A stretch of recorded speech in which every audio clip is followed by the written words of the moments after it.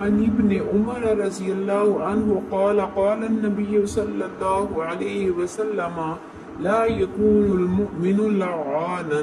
حضرت عبداللہ بن عمر رضی اللہ تعالیٰ عنہ کہتے ہیں کہ رسول اللہ صلی اللہ علیہ وسلم نے فرمایا مومن لعنت کرنے والا نہیں ہوتا۔ لعنت کے لفظی مطلب ہے بھگانا یا دور کرنا، یعنی کسی کو اللہ کی رحمت سے محروم کرنا اور اس کے غضب کا مستحق بنا دینا۔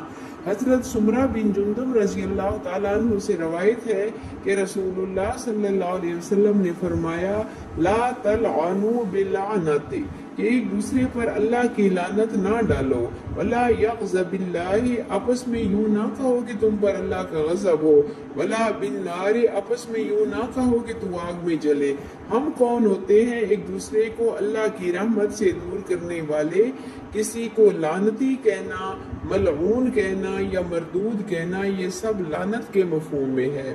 اس حدیث میں جو دوسری بات فرمائی گئی کہ تم پر اللہ کا غضب ہو، یہ بات یاد رکھیں کہ مومن بندے اللہ تعالیٰ کی رحمتوں کے لیے ہیں، اس کو ہمیشہ رحمت کی دعا دیں۔ اللہ کا غضب کافروں کے لیے ہے، اسی لیے کسی کو جہنمی کہنا یہ بھی ناجائز ہے۔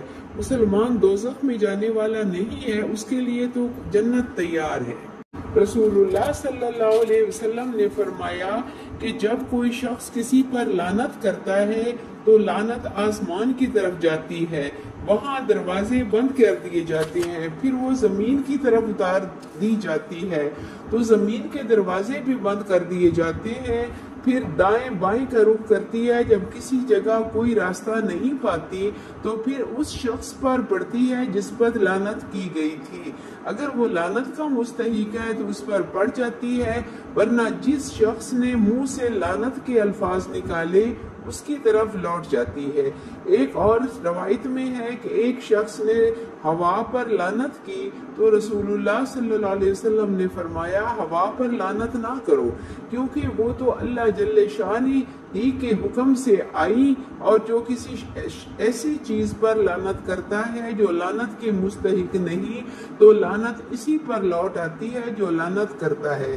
گویا ہم دوسروں پر لعنت کر کے خود اپنے آپ کو اللہ جل شانہ کی رحمت سے دور ہونے کی بد دعا دے رہے ہیں۔ اللہ اپنی رحمت سے جس کو چاہے نکال دے، جس کو چاہے اس پر اپنی رحمت کو وسیع کر دے۔ ہم کون ہوتے ہیں کسی کو اللہ کی رحمت سے نکالنے والے یا اللہ کی بارگاہ سے نکالنے والے؟ تو اس طرح جو دوسروں پر لعنت کرتا ہے تو یہ شرکیہ اعمال میں سے ایک عمل ہے، کیونکہ اللہ تعالیٰ کی صفات کو کسی انسان کی طرف منسوب کرنا یہ شرک ہے۔ لعنت کا حکم یہ ہے کہ کسی پر لعنت کرنا بالکل ناجائز ہے سوائے ان کے جن پر اللہ نے لعنت فرمائی ہے۔ نمبر 1 کفار پر لعنت ہے، ان الذین کفروا وماتوا وهم کفار اولئک علیہم لعنت اللہ، بے شک وہ لوگ جنہوں نے کفر کیا اور کفر پر ہی مر گئے ان پر اللہ کی لعنت ہے۔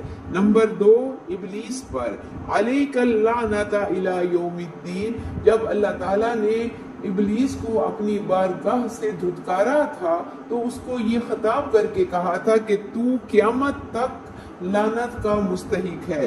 نمبر 3 جھوٹے اور ظالم پر، ان کے بارے میں بھی کہا جاتا ہے کہ ظالموں پر اللہ کی لعنت ہو۔ حدیث میں بھی کچھ لوگوں پر اللہ کی لعنت کی گئی ہے۔ نمبر 1 یہود و نصارہ پر اللہ کی لعنت ہے، کیوں؟ اس لیے کہ انہوں نے انبیاء کی قبروں کو سجدہ گاہ بنا لیا تھا۔ نمبر 2 مرتد پر، وہ شخص جو دین اسلام کا انکار کرے بعد اس ایمان لانے کے، اس کو مرتد کہتے ہیں، اور مرتد پر بھی اللہ کی لعنت ہے۔ نمبر 3 جو اپنے والدین پر لعنت کرے۔ نمبر 4 کتاب اللہ میں اضافہ کرنے والا۔ نمبر 5 سنت کو چھوڑنے والا۔ نمبر 6 جھوٹی قسم کھانے والا، اس پر بھی اللہ کی لعنت ہے۔ نمبر 7 بوڑھا بدکار۔ نمبر 8 حدیث کو غلط بیان کرنے والا، یعنی کہ اپنے پاس سے وہ بات کہے جو میرے نبی صلی اللہ علیہ وسلم نے نہیں کہی، اس پر بھی لعنت ہے۔ نمبر 9 چغل خور پر۔ نمبر 10 بین کرنے والیوں پر۔ نمبر 11 گانا بجانا اور گانے بجانے کا پیشہ اختیار کرنا یا گانا گانا، ان سب پر اللہ کی لعنت ہے۔ نمبر 12 بے حیائی کے کام کرنے والا، 13 عہد کو توڑنے والا۔ تو یہ ساری جو تفصیل ہے اس میں سے دیکھیں کہ کہیں ہم بھی اس کام کو تو نہیں کر رہے، اگر کر رہے ہیں ان میں سے کوئی کام اللہ سے توبہ کریں، ورنہ اللہ کی رحمت سے دھتکار دیے جاؤ گے۔